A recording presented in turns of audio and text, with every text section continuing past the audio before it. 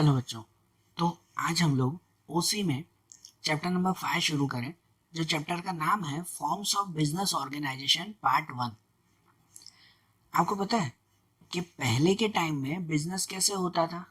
तो पहले के टाइम में रियल बिजनेस नहीं कहलाता था, उस वक्त सिर्फ बार्टर सिस्टम होता था। सिर्फ बार्टर सिस्टम, पता है ना, हमें कोई चीज़ की ज़रूर हो तो हम लोग दूसरे को कोई दूसरी चीज़ देकर हम अपने ज़रूर की चीज़ लेते थे। सिर्फ चीज़ों का एक्सचेंज होता था, गुड्स एंड सर्विस का सिर्फ एक्सचेंज, मनी उस वक्त नहीं थी। तो उस वक्त सिर्फ बाटा सिस्टम चलता था। धीरे धीरे टाइमिंग चेंज होता गया तो उसमें भी चेंजेस होते गए, मनी फिर क्रिएट हुई, पैसे बने, तो फिर जो है वो रियल बिजनेस शुरू हुआ। अब कोई भी गुड्स, कोई भी सर्विस खरीदते या बेचते वक्त मनी का ट्रांजेक्शन होता है कि नहीं? कोई भी चीज़ खरीदो या बेचो तो उसके बदले में पैसे देने पड़ते हैं या लेने पड़ते हैं, ऐसा होता है ना। और उसके बाद जब बिजनेस पहले इस तरह से जब चलते थे तो धीरे धीरे उनमें जो जो चेंजेस आने लगे, तो उन चेंजेस के हिसाब से हर एक पर्सन जो है वो अपनी नीड के अकॉर्डिंग उसमें ज़्यादा चेंजेस करने लगा। बिजनेस में देखो नेचुरल चेंजेस तो आते ही हैं, कि जैसे पहले के टाइम में राजा महाराजाओं का समय था तो वो जैसे रूल बनाते वैसे जो है वो बिजनेस चलता था। लेकिन इंसानों की अपनी भी तो नीड होती है ना, अपनी भी तो उनकी ज़रूर होती है ना। और ये तो हमें पता ही है कि ह्यूमन नीड अनलिमिटेड है, इंसानों की नीड्स कभी भी ख़त्म होती ही नहीं है।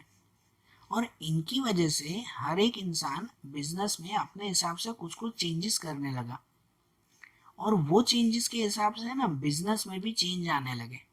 जैसे जस्ट एग्जांपल सुनो, कि पहले के टाइम में ऐसे होता था कि हर एक पर्सन अपना अपना बिजनेस करता था, ठीक है, अकेला बिजनेस करता था कि हाँ भाई मैं ये चीज़ें तैयार करूंगा और बेचूंगा। अकेला बिजनेस जिसे कहते हैं सोल प्रोपाइटरशिप। सोल प्रोपाइटर मतलब जो अकेला बिजनेस करता हो। फिर धीरे धीरे जब चेंजेस हुए ना, तो फिर कोई अकेले पर्सन को ऐसे लगा कि यार नहीं यार, अकेले है ना संभाले नहीं जा रहा है, मुझे कुछ और लोगों की भी ज़रूर है। तो उसने अपने साथियों को या और अपने कोई दोस्तों वगैरह उन सबको मिलकर कहा कि चलो ना हम लोग मिलकर काम करते हैं। टाइम चेंज हुआ ना कि नहीं यार अब मुझसे अकेले से काम नहीं हो रहा है, कि चलो मिलकर काम करते हैं। तो वो मिलकर काम करने हैं, तो उन्होंने फिर क्या किया कि वो पार्टनरशिप शुरू की। बिजनेस बदला ना, कि अब अकेला बिजनेस नहीं, अब पार्टनरशिप बिजनेस चल रहा है कि नहीं? ये चेंजेस आता है।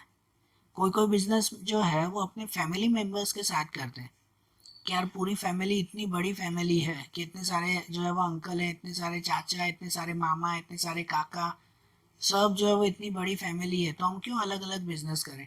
इससे अच्छा कि हम सब मिलकर कोई एक ही बिजनेस करें, तो उस बिजनेस को कितना अच्छा हम लोग बना सकते हैं, है कि नहीं? हाँ, पहले के टाइम में ऐसा सोचते थे कि यार हम सब अलग अलग बिजनेस कर रहे हैं, तो इससे अच्छा जो है वो ये सब चाचा मामा सब सब रिश्तेदार मिलकर ये सोचते थे कि हम सब मिलकर एक ही बिजनेस करते हैं ना, तो वो बिजनेस का अलग टाइप कहलाता है, ठीक है ना, अलग फॉर्म बनता है। फिर आगे चलकर उसमें और चेंजेस हुए कि अब सोचा कि यार ये पार्टनरशिप और ये परिवार में बिजनेस करना, यार ये तो बहुत छोटा चल रहा है, हमें इतना बड़ा बिजनेस करना है कि जो पूरी इंडिया में चले। तो वो नया बिजनेस बना। फिर उनसे आगे उन्होंने सोचा कि नहीं यार अब ये खाली इंडिया तक क्या, हमें कोई ऐसा बिजनेस करना है जो पूरी दुनिया में चले। समझ आ रही है? तो ये बिजनेस में कितने सारे चेंजेस हुए, और वो सब चेंजेस या उनसे जो बिजनेस के अलग अलग फॉर्म्स, जो चैप्टर का नाम है forms of business organization, business के अलग अलग फॉर्म बने, या तो फिर बिजनेस के अलग अलग टाइप्स कहो आप लोग। वो जो टाइप्स बने ना, वो हमें इन चैप्टर्स में देखने हैं कि बिजनेस के कौन कौन से टाइप्स बने हैं। इसमें दो पार्ट हैं, चैप्टर 5 और 6, दो पार्ट्स में जो है वो ये सेम चैप्टर है। इसमें चैप्टर 1 में हम लोग कुछ बिजनेस के टाइप्स देखेंगे, ये पार्ट 1 में, और फिर चैप्टर 6 पार्ट 2 में हम लोग दूसरे बिजनेस के टाइप्स देखते हैं। तो यहाँ जो हमें बिजनेस का आज सबसे पहला टाइप शुरू करना है, वो बिजनेस का सबसे पहला टाइप आता है जिसका नाम है सोल प्रोप्राइटरशिप। सोल प्रोप्राइटरशिप ये बिजनेस का सबसे ओल्डेस्ट फॉर्म है, सबसे ओल्डेस्ट, सबसे पुराना और सबसे सिंपल फॉर्म है। सोल प्रोप्राइटरशिप का मतलब कहलाता है अकेले बिजनेस करना। अकेले बिजनेस, कोई पार्टनर नहीं, कोई साथी नहीं, कि अगर जरूर हो तो कुछ हेल्पर को रखना। कोई शॉप शुरू करते हैं ना, जैसे कि नहीं भाई मैं शॉप पे अकेला ही बैठूंगा, कुछ ज़रूर पड़ी तो कोई हेल्पर को, सर्वेंट को साथ में रखा जाता है। लेकिन सब कामकाज, सब जवाबदारी, सब लायबिलिटी, सब एसेट्स एक ही इंसान के हाथ में, तो वो कहलाता है सोल प्रोप्राइटरशिप। देखो उसकी परफेक्ट डेफिनेशन के थ्रू समझे तो जैसे इसमें लिखा हुआ है, sole proprietorship is such a form of business organization in which there is only one person at the top. ऐसा बिजनेस ऑर्गेनाइजेशन, ऐसी जो है वो एक बिजनेस कहलाता है कि जिसमें देर is only one person at the top, के ऊपर सबसे एक ही इंसान हो, सबसे ऊपर एक ही इंसान हो, who is responsible, who direct activities of business and bears the risk of failure only by himself। कि वो अकेला ही इंसान सभी रिस्पॉन्सिबिलिटी, सभी जवाबदारी निभाता हो, बिजनेस की सभी एक्टिविटीज भी वही करता हो, और अगर जो है वो बिजनेस में फेलियर होता हो, नुकसान होता हो और कुछ चेंजेस होते हो तो वो भी वो अकेले ही सहन करता हो। Bear the risk of failure only by himself, वो अकेले ही फेलियर सहन करता हो तो वो सोल प्रोप्राइटरशिप। हम लोग ऐसे कहते हैं ना कि भाई जो अकेला बिजनेस संभालता हो, कि जिसमें उसका फायदा हो, नुकसान हो, कि कुछ भी हो, सब उसकी अकेले की जिम्मेदारी, अकेले का उसकी रिस्पॉन्सिबिलिटी, तो वो कहलाता है सोल प्रोप्राइटरशिप। समझ आ रही है बात? सिंपल कहला है ना सोल प्रोप्राइटरशिप, सबसे सिंपल और सबसे जो है वो पुराना। पहले जैसे ही बार्टर सिस्टम खत्म हुआ तो उसके बाद से जैसे बिजनेस शुरू हुआ तो सबसे पहले सोल प्रोप्राइटरशिप ही चलता था, कि हाँ अकेला ही बिजनेस जो है वो करना है, बरोबर कि नहीं। अब कोई भी बिजनेस के बारे में अगर डिटेल में समझना हो तो वो किससे समझा जाता है, उनके कैरेक्टरिस्टिक्स से। ठीक है ना, ओसी और इको में हम लोग यही देखते हैं ना, कोई भी टॉपिक समझना हो तो उनके कैरेक्टरिस्टिक्स, उसके फीचर्स से हम लोग समझते हैं। तो हम लोग भी अब सोल प्रोप्राइटरशिप के कैरेक्टरिस्टिक्स देखें तो इनके कैरेक्टरिस्टिक्स में सबसे पहला आता है इजी टू एस्टैब्लिश। क्या सही बात है, इजी टू एस्टैब्लिश मतलब कि सोल प्रोप्राइटरशिप को शुरुआत करना, एस्टैब्लिश करना बहुत इजी है। आपको इसके लिए जो है वो कोई ज़्यादा रूल्स रेगुलेशंस भी गवर्नमेंट के फॉलो नहीं करने होते, इसके लिए कोई स्ट्रिक्ट लॉज भी नहीं है, कि आप लोग आसानी से अपना बिजनेस शुरू कर सकते हो। हाँ आराम से, अगर आपको कोई शॉप शुरू करनी है ना, सोल प्रोप्राइटर अकेले ही अगर आपको कोई शॉप शुरू करनी है ना, तो आप सिर्फ शॉप शुरू कर सकते हो, कोई आपको गवर्नमेंट से परमिशन मांगने की भी ज़रूर नहीं है। और सरकार क्या कहती है पता है, कि विद इन 6 मंथ, कि आप जब भी अपनी शॉप शुरू करो तो उसके 6 महीने के अंदर जो है वो आप लोग सिर्फ गवर्नमेंट से अपना लाइसेंस बनवा लो। ठीक है, जो शॉप का लाइसेंस आता है ना वो सिर्फ लाइसेंस, और उसमें भी पहले 6 महीने गवर्नमेंट आपको फ्री देती है, मतलब कि कोई जो है वो रूल्स रेगुलेशंस आपके लिए नहीं होते। समझ रहे हो, ये जो है वो गवर्नमेंट का एक फायदा है इसमें, इसलिए तो कहते हैं ना सोल प्रोप्राइटरशिप को एस्टैब्लिश करना, शुरू करना बहुत ईजी है। आप अपनी शॉप जो है वो शुरू कर दो, कोई सरकार से परमिशन नहीं मांगनी, कोई जो है वो लाइसेंस की जरूर नहीं, कुछ भी नहीं, कोई ज़रूर नहीं है। पहले 6 महीने कुछ भी नहीं, क्योंकि इसमें सरकार भी कहती है कि आप पहले 6 महीने खुद ट्राई करो आपका बिजनेस चल रहा है या नहीं, नहीं तो आप सरकार से लाइसेंस बनवाओ, बाकी सब चीज़ें तैयार करो, और बिजनेस चले ही नहीं तो फिर 6 महीने का लाइसेंस बनाने की क्या ज़रूरत है। तो इससे अच्छा गवर्नमेंट भी कहती है कि आप लोग पहले 6 महीने ट्राई करो, कि आप अपना जो है वो खुद अपना बिजनेस शुरू करके देखो कैसे चल रहा है। अगर अच्छा चल रहा है तो 6 महीने के बाद आप लोग जो है वो उसका लाइसेंस बनवा देना। और लाइसेंस बनवाने के लिए भी कुछ जो है वो कहते हैं ना ज़्यादा प्रोसीजर नहीं है, सिंपल सा सिर्फ गवर्नमेंट में जाकर एक फॉर्म भर देना होता है और आपका 1 हफ्ते में लाइसेंस तैयार हो जाता है। So sole proprietorship is easy to establish, उसको शुरू करना बहुत इजी है। इसके बाद आता है capital and power of administration. पहले अगर कैपिटल की बात करें तो कैपिटल मतलब क्या पता है ना, कि जो मालिक बिजनेस में जो पैसे लेकर आता है तो वो कैपिटल। तो इसमें सोल प्रोप्राइटरशिप में कैपिटल की पूरी जिम्मेदारी किसके ऊपर होती है, मालिक के ऊपर होती है। ठीक है, वही खुद अपने बिजनेस में अपने पैसे इन्वेस्ट करता है, वही खुद अपने पैसे लगाता है, और अगर बाय चांस उससे जो है वो पैसों की कमी पड़े तो वो बैंक से या दूसरे किसी से वो लोन ले सकता है कि नहीं। सोल प्रोप्राइटरशिप में कैपिटल की पूरी जिम्मेदारी मालिक की तो होती है, वो अकेला ही तो होता है, पैसे अगर लाने भी हो तो वो अकेला ही लेके आएगा। अगर उसके पैसों की कमी पड़ती है तो वो बैंक से लोन लेगा, उधार लेगा, मनी बोरो करेगा वो, और वो भी अपनी जिम्मेदारी पे, कि अगर उसने बैंक से पैसे लिए हैं तो वो उसकी जिम्मेदारी होगी ना कि फिर प्रॉफिट कमा कर वो बैंक को पैसे भी खुद ही वापस करेगा। And power of administration, administration मतलब कि भाई मैनेजमेंट करना, संभालना। तो बिजनेस को संभालने का पावर या कोई डिसीजन लेने का पावर, ये भी किसके हाथ में होता है? तो मालिक के हाथ में ही होता है। वो एक ही तो पर्सन है, सोल प्रोप्राइटरशिप में होता ही एक है, ये पावर भी उसी के ही हाथ में होता है। मतलब कि बिजनेस में जो भी एक्टिविटी चलती है ना, परचेज करना, सेल करना, पैसों का कलेक्शन करना, अकाउंट लिखना, अपना हिसाब किताब लिखना, या जो भी एक्टिविटीज है वो ये खुद ही काम करता है। हाँ, कभी कभार ऐसा होता है कि अगर वर्कलोड ज़्यादा होता है तो मालिक हेल्पर के लिए किसी को रखता है। मैंने बताया ना, एज अ हेल्पर, पार्टनर नहीं, पार्टनर नहीं, सैलरी पे किसी को हेल्पर की तरह रखा जाता है। बाकी पूरी जिम्मेदारी वो मालिक की खुद की होती है, बरोबर। इनके बाद freedom of work and quick decision. Sole proprietorship का ये एक बहुत अच्छा फायदा भी है कि फ्रीडम ऑफ वर्क, मतलब कि इसमें काम करने की आज़ादी होती है। सोल प्रोप्राइटरशिप में वो अकेला ही पूरी रिस्पॉन्सिबिलिटी लेता है, पूरा पावर अकेले के हाथ में है, तो इसलिए उसे काम करने का फ्रीडम है।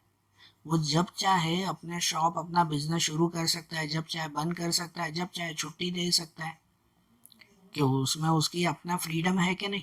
हाँ, उसकी इच्छा है कि यार आज जो है मैं 10 बजे के बाद शॉप खोलूंगा, तो वो भले खोले, कौन उसे बोलने वाला है। सही बात है कि भाई शाम को आज मुझे घूमने जाना है, कि आज जो है मैं जल्दी दुकान बंद कर दूंगा, तो वो जल्दी बंद कर सकता है, कोई उसे रोकेगा नहीं ना। ये फ्रीडम ऑफ वर्क इसमें मिलता है कि नहीं। दूसरे बिजनेस में ऐसा नहीं होता, हम लोग आगे देखेंगे। दूसरे बिजनेस में ये फ्रीडम ऑफ वर्क नहीं होता। आप अगर पार्टनर के साथ काम करोगे तो फिर वो दूसरा पार्टनर कहेगा कि ऐसा थोड़ी होता है, मैं यहाँ पे काम करूँ, तुम शाम को घूमने चले जाओ। ऐसा नहीं होता है, ठीक है। तो वो फ्रीडम नहीं रहता है अगर दो लोग या दो से ज़्यादा लोग काम करते हैं तो। जबकि सोल प्रोप्राइटरशिप में फ्रीडम मिलता है कि नहीं। कि आज जो है वो ये क्या कहते हैं, आज तो क्रिकेट मैच चलने वाली है टीवी पे, आज मैं शॉप पे जाऊंगा ही नहीं, तो वो अपनी शॉप पूरा दिन बंद रख सकता है। ये उसे फ्रीडम है कि नहीं, ठीक है। कोई भी उसे मना नहीं कर सकता। एंड क्विक डिसीजन, कि अगर उसे कोई भी डिसीजन लेना है ना, तो वो किसी से पूछेगा नहीं, अपने ही मन की चलाकर वो जल्दी से जल्दी डिसीजन लेगा। दूसरे बिजनेस होंगे ना, समझो अगर पार्टनरशिप होती, दो या दो से ज़्यादा लोग काम करते, अगर 5 लोगों की पार्टनरशिप चल रही है, तो कोई भी डिसीजन लेना हो ना तो पांचों लोगों से पूछना पड़े, फिर उसमें 3 लोग हाँ कहेंगे, 2 लोग ना कहेंगे, फिर उसको मनाना पड़े, उसको समझाना पड़े, तो वो कितना टाइम जाता है एक डिसीजन लेने में भी। जबकि एक अकेला पर्सन काम करेगा तो क्विक डिसीजन, कि ये करना है कि नहीं करना है, हाँ या ना, बात खत्म उसमें। सही बात है। तो इनमें क्विक डिसीजन आता है।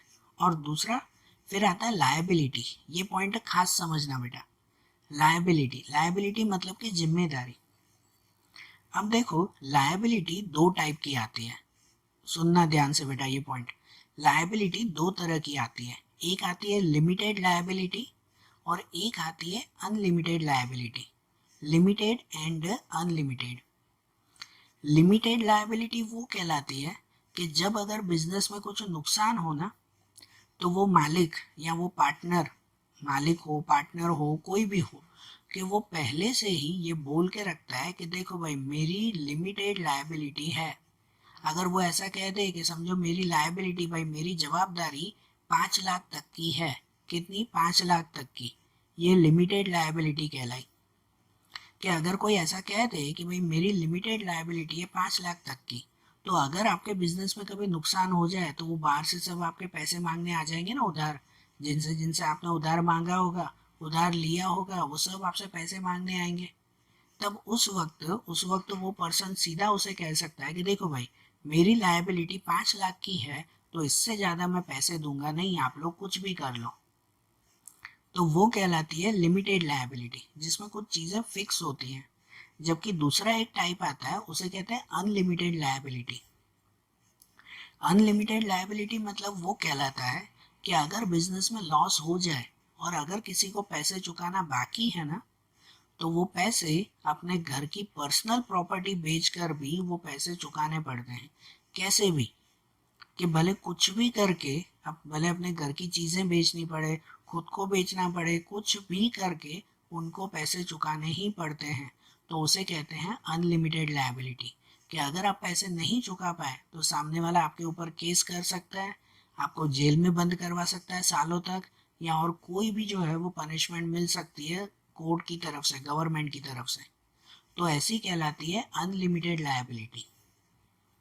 समझे? लायबिलिटी ये दो तरह की हुई, limited and unlimited.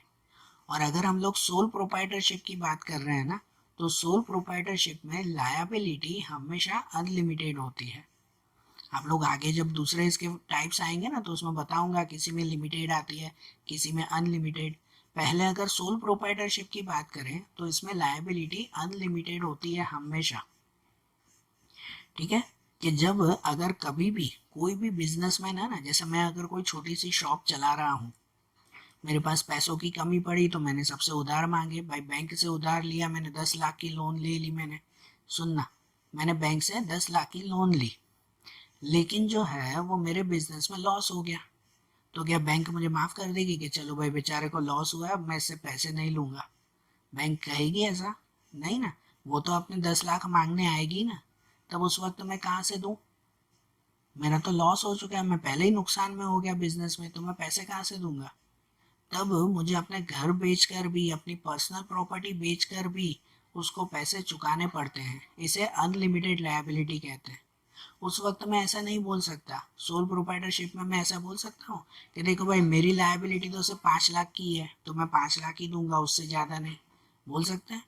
Sole proprietorship में ये पॉसिबल ही नहीं है ना कि आप लिमिटेड लायबिलिटी रखो। फिर तो बहुत मज़ा आ जाए ना, अगर सोल प्रोप्राइटरशिप में लिमिटेड लायबिलिटी हो तो।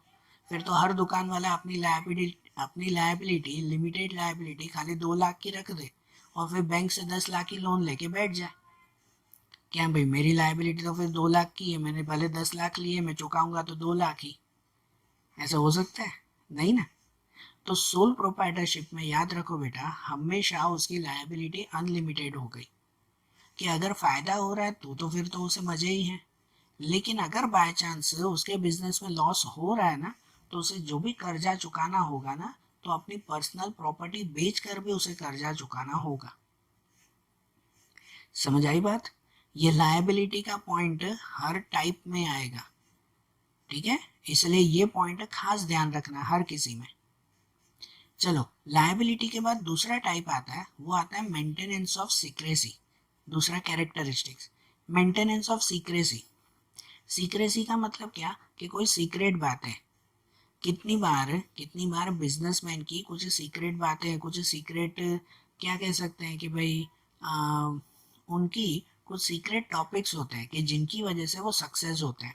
जैसे पता है किसी का होटल का बिजनेस चलता है, किसी का कोई होटल का अगर बिजनेस चल रहा हो, तो यार उसका खाना खाने जाओ ना तो हर कोई खुश हो जाए, यार इस होटल में खाना खाओ मतलब तो बात ही अलग है, इसके जैसा खाना और कोई होटल में नहीं मिलता।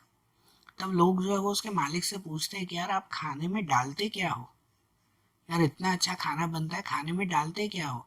तो वो, तो भाई ये तो मेरा सीक्रेट है कि मैं खाने में क्या डालता हूँ।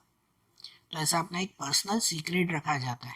कोई बिजनेसमैन बहुत जो है वो सक्सेसफुल हो गया, तो उससे पूछा जाता है कि भाई तुम्हारा सीक्रेट क्या है, तो वो सीक्रेट नहीं बताते। ठीक है ना? या कोई बिजनेस में हमने कितने बाहर से उधारी ली है, मुझे किसको सामान बेचना है, किसको नहीं बेचना है, ये सब कुछ बातें तो पर्सनल, कुछ बातें तो सीक्रेट रखी जाती है ना। तो सोल प्रोप्राइटरशिप में ऐसी सीक्रेसी हो, तो मैंने जस्ट एग्जांपल दिया होटल का या किसी का, कोई भी बिजनेस में सीक्रेट बातें अगर हो ना जो किसी को नहीं बतानी हो, तो सोल प्रोप्राइटरशिप में सीक्रेसी मेंटेन रहती है। आप अकेले इंसान हो, मैं अकेले शॉप चला रहा हूँ, मेरे मन में अगर कोई सीक्रेट बात है बिजनेस रिलेटेड, तो मैं किसी को बताऊंगा ही नहीं ना, तो वो सीक्रेट किसी को पता चलेगा ही नहीं, सीक्रेट मेरे पास ही रह गया। तो इसमें सीक्रेट मेंटेन रहता है। जबकि दूसरा बिजनेस हो ना, जैसे पार्टनरशिप हुआ या और कोई हुआ, तो उसमें सभी पार्टनर को सीक्रेट बताना पड़ता है। अभी 5 लोग हो, उसमें से कोई एक पर्सन जाकर बाहर और किसी को बता दे, वो किसी और को बता देगा, तो वो सीक्रेट रहेगा ही नहीं ना। तो दूसरे बिजनेस में सीक्रेट मेंटेन रखना मुश्किल है, जबकि सोल प्रोप्राइटरशिप में सीक्रेट को मेंटेन रखा जाता है। सही बात ना? उसके बाद आता है पर्सनल कांटेक्ट। पर्सनल कांटेक्ट मतलब देखो कि इसमें सोल प्रोप्राइटरशिप में सभी कामकाज ये बिजनेसमैन अकेला करता है, खरीदना भी, बेचना भी, और जो है वो बाहर से रॉ मटेरियल लाना भी, जो भी काम हो वो सब ये अकेला करता है। और इसकी वजह से इसकी वजह से ये कस्टमर के सबसे ज़्यादा कांटेक्ट में रहता है कि नहीं, कस्टमर के साथ पर्सनल कांटेक्ट में रहता है ये, और पर्सनल कांटेक्ट में रहने की वजह से उसे कस्टमर की टेस्ट, कस्टमर की जो है वो ये डिमांड पता चलता है कि यार कस्टमर को कैसी चीज़ें चाहिए, तो वो अपनी शॉप पे ऐसी चीज़ें रखेगा ना। तो कस्टमर के साथ, हर किसी के साथ उसका पर्सनल कांटेक्ट रहता है। और दूसरा आता है centralization of ownership and management. ये भी सिंपल कि सोल प्रोप्राइटरशिप में ऑनरशिप मतलब मालिकी का सेंट्रलाइजेशन, यहाँ सेंट्रलाइजेशन का मतलब कहलाता है पूरा पावर एक के ही हाथ में होना। तो ऑनरशिप मतलब इसकी मालिकी भी पूरे एक के ही हाथ में होती है और मैनेजमेंट भी एक के ही हाथ में होता है। जो सोल प्रोप्राइटरशिप में इंसान हुआ वो खुद ही सब मैनेजमेंट भी करेगा और खुद ही जो है वो उसका मालिक भी होगा। ठीक है, तो सोल प्रोप्राइटरशिप में कौन कौन सी बातें आती है वो क्लियरली इनसे पता चली ना हमें, बरोबर ना। अब जैसे इसके कैरेक्टरिस्टिक्स देखे ना, अब ध्यान देना इन्हीं कैरेक्टरिस्टिक्स पर से ही इनके एडवांटेजेस और डिसएडवांटेजेस बनते हैं। इसी कैरेक्टरिस्टिक्स से जो बातें पढ़ी वही। तो अब इनके बाद सोल प्रोप्राइटरशिप के एडवांटेजेस देखें कि इनसे क्या फायदे हैं। जो आगे देखा ना ऑलमोस्ट वही है, ठीक है, तो सुनना ध्यान से। जैसे सोल प्रोप्राइटरशिप बिजनेस करने के, अकेले बिजनेस करने के क्या फायदे। सबसे पहला फायदा इजी एस्टेब्लिशमेंट प्रोसेस, जो मैंने पहले बताया ना, ये चीज, ये सोल प्रोप्राइटरशिप आप इजीली शुरू कर सकते हो। इसके लिए कोई बड़ी जो है वो कुछ बड़ा काम करने की जरूरत नहीं पड़ती, कोई लंबी प्रोसीजर नहीं है, इजीली गवर्नमेंट से आप लोग लाइसेंस ले सकते हो। इसके बाद लेस कैपिटल, इसमें जो है वो ज़्यादा कैपिटल की भी ज़रूरत नहीं पड़ती। आप अकेला बिजनेस अगर कर रहे हो ना, तो एक छोटी सी आपकी शॉप होगी या जो भी आपका बिजनेस होगा, तो आप खुद ही कैपिटल जमा करोगे और थोड़े से पैसों में भी आप लोग काम चला लोगे। ठीक है ना, खुद ही अगर काम करोगे तो ये फायदा है ना कि थोड़े पैसों में भी आप लोग काम जो है वो चला लोगे उसमें। ठीक है, उसके बाद का फायदा मेंटेनेंस ऑफ सीक्रेसी, जो अभी हमने बताया कि इसमें जो है वो आप लोग अपने बिजनेस की कोई भी सीक्रेट बात हो तो वो आप अपने तक रख सकते हो। ठीक है ना, इसमें सीक्रेट मेंटेन रखा जाता है। दूसरा बेनिफिट क्विक डिसीजन, ये भी पहले आ गया उसमें कि इसमें कोई भी डिसीजन आपको दूसरे से पूछने की जरूरत नहीं पड़ती। कोई पार्टनर होंगे ही नहीं तो सबसे पूछने की जरूरत भी नहीं है, कि आप लोग खुद ही अपना डिसीजन क्विकली ले सकते हो। हाँ तो हाँ, ना तो ना, सीधा डिसीजन हो जाता है। पर्सनल कांटेक्ट, ये भी हमने उसमें देखा। पर्सनल कांटेक्ट का मतलब क्या, कि आप लोग जब सोल प्रोप्राइटरशिप चलाते हो तो आप लोग अपने कस्टमर से या जो मार्केट में जो भी लोग हैं उनके साथ आपका पर्सनल कांटेक्ट होता है। तो इसकी वजह से कस्टमर की डिमांड पता चलती है, उनको कैसी चीज़ों की ज़रूर है, क्या ज़रूर है, ये इजीली पता चल जाता है। देन फ्लेक्सिबिलिटी, कि सोल प्रोप्राइटरशिप का ये फायदा है कि इसमें फ्लेक्सिबिलिटी रहती है। फ्लेक्सिबिलिटी जो हमने आगे देखा था ना कि आपको फ्रीडम रहता है। फ्लेक्सिबिलिटी का मतलब होता है कि जब चाहे जैसा चाहे आप लोग चेंज कर सकते हो। सोल प्रोप्राइटरशिप का ये फायदा है कि नहीं, कि इसमें कोई पार्टनर नहीं है, कोई साथी नहीं है जो उनके हिसाब से चलना पड़े, आप अपने हिसाब से चलते हो, तो इसलिए फ्लेक्सिबल हो। कि आपको अगर अपना शॉप का टाइमिंग बदलना है, भाई पहले मैं जो है वो शॉप पे जाता था तो सुबह 9 बजे से शाम को 9 बजे तक, रात को 9 बजे तक, अब मुझे चेंज करना है कि अब मैं 10 बजे से जाऊंगा और शाम को 8 बजे आ जाऊंगा। तो फ्लेक्सिबल हो ना, आप चेंज कर सकते हो ना। ठीक है ना, कोई मना करेगा, कोई भी नहीं, आराम से फ्लेक्सिबिलिटी है कि पहले मैं अपनी शॉप पे जो सामान रखता था अब मैं सामान बदल दूंगा। ठीक है, कि पहले मेरी कपड़े की अगर शॉप थी, मैं कपड़े का बिजनेस करता था, तो उसमें मैं पहले ना हल्के कपड़े जो है वो बेचता था, अब मैं ब्रांडेड कपड़े बेचूंगा। तो ये फ्लेक्सिबल है ना, आप लोग जो चाहे जब चाहे उसमें चेंज कर सकते हो।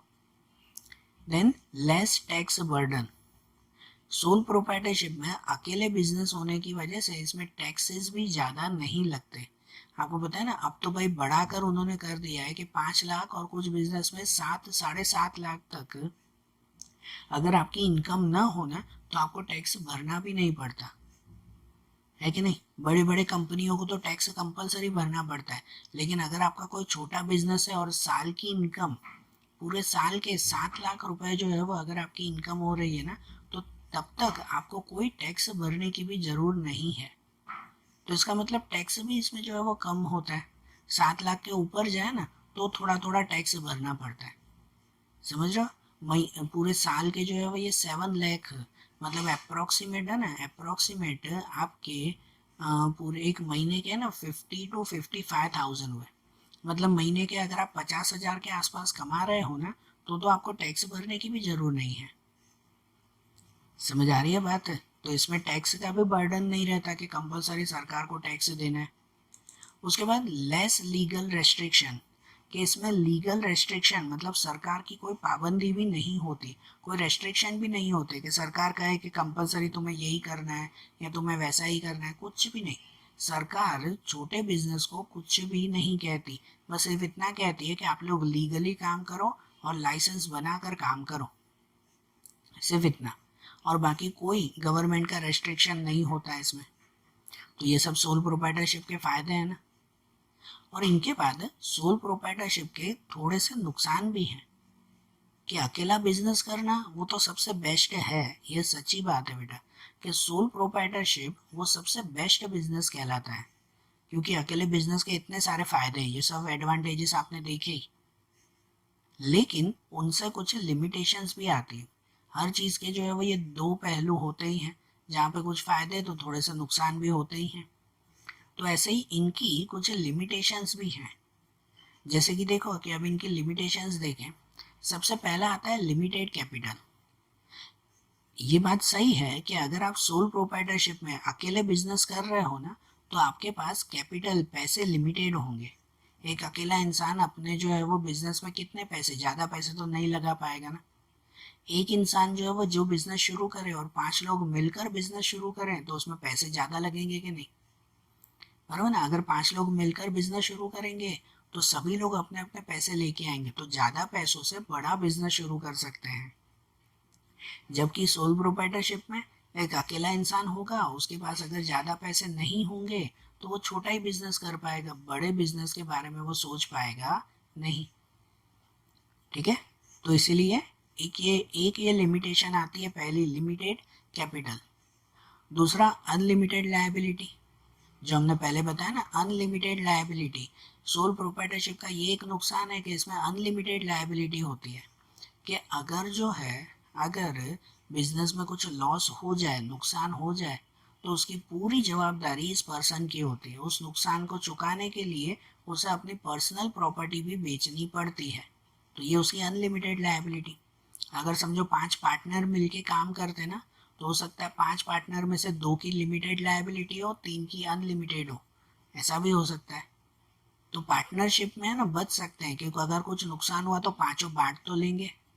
लेकिन इसमें इसमें अगर कुछ नुकसान हुआ तो सब खुद को ही उठाना पड़ेगा, ये अनलिमिटेड लायबिलिटी आती है ना इसमें।